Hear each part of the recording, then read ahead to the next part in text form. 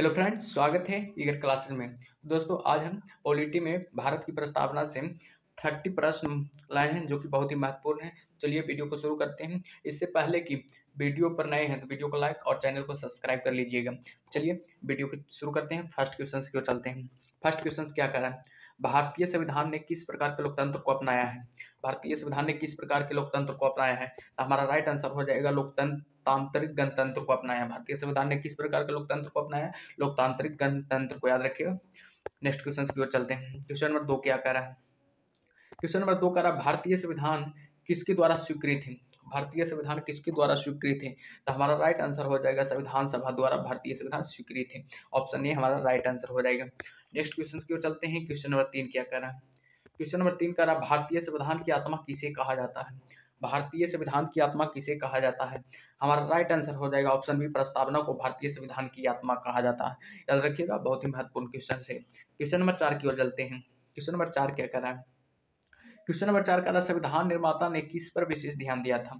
संविधान निर्माता ने किस पर ज्यादा विशेष ध्यान दिया था? तो हमारा राइट आंसर हो जाएगा ऑप्शन डी, प्रस्तावना पर संविधान निर्माता ने विशेष ध्यान दिया था। ऑप्शन डी हमारा राइट आंसर हो जाएगा। याद रखिएगा, बहुत ही महत्वपूर्ण क्वेश्चन है। क्वेश्चन नंबर 5 की ओर चलते हैं। क्वेश्चन नंबर 5 कह रहा भारत है एक, भारत क्या है? हिंदू राष्ट्र या हिंदू मुस्लिम राष्ट्र या धर्मनिरपेक्ष राष्ट्र या इनमें से कोई नहीं? तो कौन सा ऑप्शन सही हो जाएगा? हमारा ऑप्शन सी हमारा राइट आंसर हो जाएगा, धर्मनिरपेक्ष राष्ट्र। भारत एक कैसी राष्ट्र है? धर्मनिरपेक्ष राष्ट्र है। इसमें हिंदू और मुस्लिम का कोई भेदभाव नहीं है। ठीक है, नेक्स्ट क्वेश्चन की ओर चलते हैं। क्वेश्चन नंबर 6 क्या है? क्वेश्चन नंबर 6 कह रहा है कि भारतीय संविधान की प्रस्तावना के अनुसार भारत के शासन की सर्वोच्च सत्ता किसमें निहित है? इसमें निहित होगा, नहीं की जगह निहित होगा। ठीक है, तो ऑप्शन सी हमारा राइट आंसर हो जाएगा, जनता में। वीवीआई क्वेश्चन है, बहुत ही महत्वपूर्ण क्वेश्चन। ठीक है, नेक्स्ट क्वेश्चन की ओर चलते हैं। क्वेश्चन नंबर 7 क्या कह रहा है? क्वेश्चन नंबर 7 कह रहा है कि समाजवाद का अर्थ होता है। समाजवाद का अर्थ क्या होता है? इसका आंसर बताइएगा आप लोग। समाजवाद का अर्थ क्या होता है? तो राइट आंसर हो जाएगा ऑप्शन सी, सामाजिक न्याय। समाजवाद का अर्थ होता है सामाजिक न्याय। नेक्स्ट क्वेश्चन को चलते हैं। क्वेश्चन नंबर 8 क्या कह रहा है?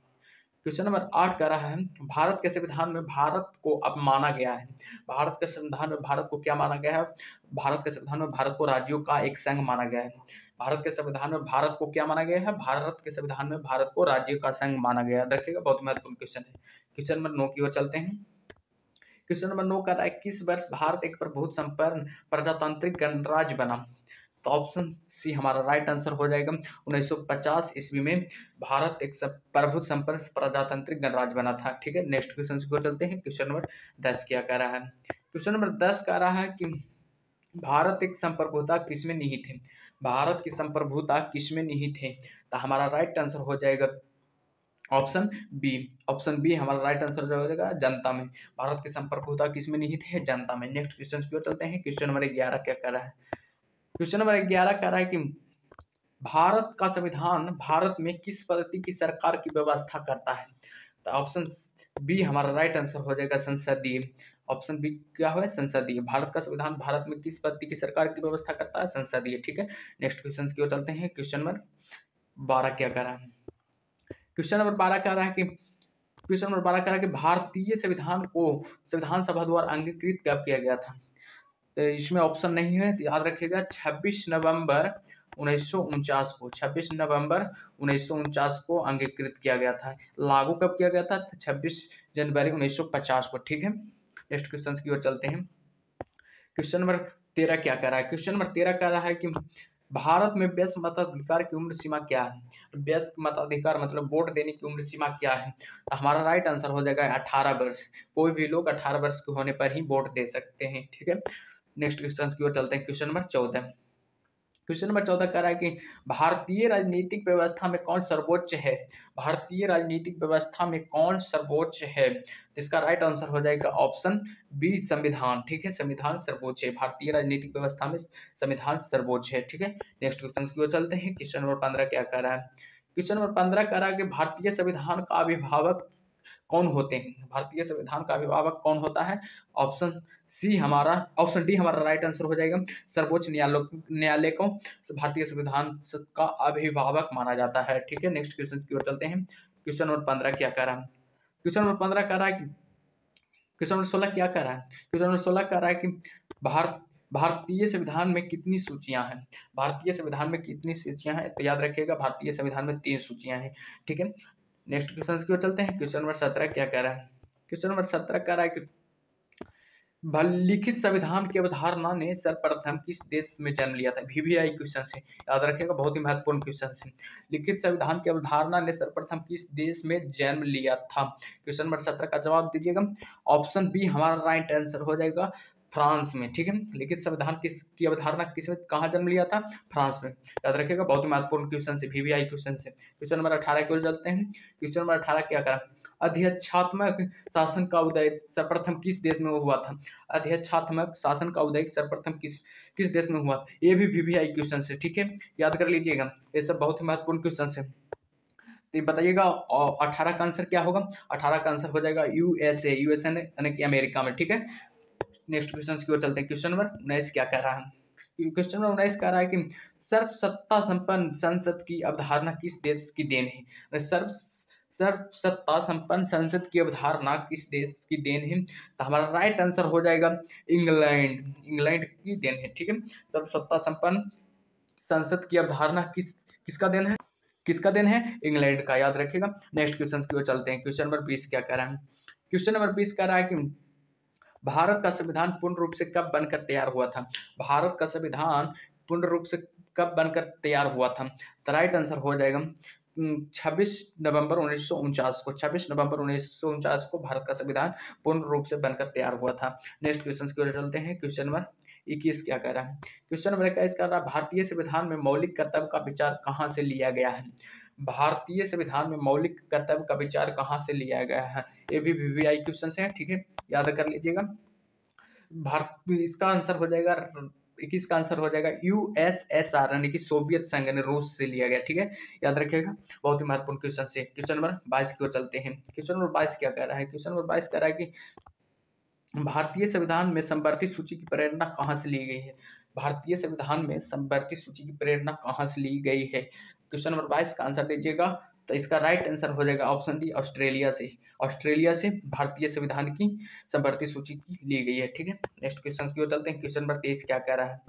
क्वेश्चन नंबर 23 कह रहा है कि संविधान में नीति निर्देशक तत्वों की प्रेरणा हमें किसकी संविधान से ली गई है? संविधान में नीति निर्देशक तत्वों की प्रेरणा हमें किसकी संविधान से ली गई है? इसका राइट आंसर हो जाएगा आयरलैंड। आयरलैंड से, ऑप्शन बी में है, आयरलैंड से लिया गया है संविधान की में नीति निर्देशक तत्वों की प्रेरणा। ठीक है, नेक्स्ट क्वेश्चन की ओर चलते हैं। क्वेश्चन नंबर 24 क्या कह रहा है? क्वेश्चन नंबर 24 कह रहा है भारतीय संविधान किस तिथि को लागू हुआ था? भारतीय संविधान किस तिथि को लागू हुआ था? तो हमारा राइट आंसर हो जाएगा 26 जनवरी 1950 को लागू हुआ था। भारतीय संविधान किस तिथि को लागू हुआ था? 26 जनवरी 1950 को। याद रखिएगा, बहुत ही महत्वपूर्ण क्वेश्चन है। क्वेश्चन नंबर 25 की ओर चलते हैं। क्वेश्चन नंबर 25 कह रहा है कि भारतीय भारतीय भारतीय संविधान में आर्टिकल्स की संख्या कितनी है, यानी अनुच्छेदों की संख्या कितनी है? तो मूल संविधान में बोला जाए तो मूल संविधान में याद रखिएगा 395। ठीक है, ऐसे वर्तमान में बोला जाए तो वर्तमान में हो जाएगा 468। याद रखिएगा, ऑप्शन सी हमारा राइट आंसर हो जाएगा, 468 के लगभग है।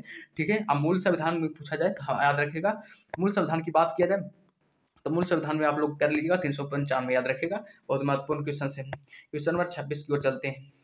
क्वेश्चन नंबर 26 कह रहा है कि भारत के मूल संविधान में अनुच्छेदों की संख्या कितनी है? ये अभी बताए हैं, तो याद रखिएगा इसका राइट आंसर हो जाएगा 395। 395 अनुच्छेद था। इसका आंसर क्या होगा? 395 अनुच्छेद था। 395 अनुच्छेद और कितना भाग था? 22 भाग। और आप कितनी अनुसूचियां? 8 अनुसूचियां। याद रखिएगा, बहुत ही महत्वपूर्ण क्वेश्चन है। क्वेश्चन नंबर 27 की ओर चलते हैं। क्वेश्चन नंबर 27 क्या कह रहा है? क्वेश्चन नंबर 27 कह रहा है कि विश्व का सबसे बड़ा लिखित एवं सर्वाधिक व्यापक संविधान किस देश का है? विश्व का सबसे बड़ा लिखित एवं सर्वाधिक व्यापक संविधान किस देश का है? तो इसका राइट आंसर हो जाएगा हमारा भारत, यानी भारत का सबसे बड़ा लिखित और सर्वाधिक व्यापक संविधान है। ठीक है, नेक्स्ट क्वेश्चन की ओर चलते हैं। क्वेश्चन नंबर 28 क्या कह रहा है? क्वेश्चन नंबर 28 कह रहा है कि समाजवादी शब्द किस संशोधन द्वारा प्रस्तावना में जोड़ा गया था? समाजवादी शब्द किस संशोधन द्वारा प्रस्तावना में जोड़ा गया था? तो ऑप्शन बी हमारा राइट आंसर हो जाएगा 42वां संविधान संशोधन में। ठीक है, नेक्स्ट क्वेश्चन की ओर चलते हैं। क्वेश्चन नंबर 29 क्या कह रहा है? क्वेश्चन नंबर 29 कह रहा है भारतीय संविधान निर्माता किससे प्रभावित हुए थे। तो भारतीय संविधान निर्माता किससे प्रभावित हुए थे, तो 29 का आंसर हो जाएगा ऑप्शन सी, आयरलैंड से प्रभावित हुए थे। भारतीय संविधान निर्माता आयरलैंड से प्रभावित हुए थे। नेक्स्ट क्वेश्चन की ओर चलते हैं। क्वेश्चन नंबर 30 क्या करा है। क्वेश्चन नंबर 30 करा भारत में कलेक्टर का पद यानी आईएएस का पद, किसका पद, आईएएस का पद कहां से लिया गया, किस देश से लिया गया था। इसका राइट आंसर हो जाएगा ऑप्शन बी, इंग्लैंड से। याद रखिएगा आईएएस का पद कहां से लिया गया है, इंग्लैंड से। ठीक है, आईएएस का पद इंग्लैंड से। ठीक है, तो आई होप कि वीडियो अच्छा लगा हो, वीडियो को लाइक और चैनल को सब्सक्राइब कर दीजिएगा। अगर इसका पीडीएफ लेना चाहते हैं, आप लोग इसका पीडीएफ लेना चाहते हैं तो आप लोग टेलीग्राम ग्रुप ज्वाइन कर लीजिएगा। टेलीग्राम ग्रुप का नाम है ईगर क्लासेज नाम है इसका, सब्सक्राइब कर लीजिएगा और उसी में पीडीएफ प्रोवाइड कर दिया जाएगा। ठीक है, चलिए अगले वीडियो में मिलते हैं।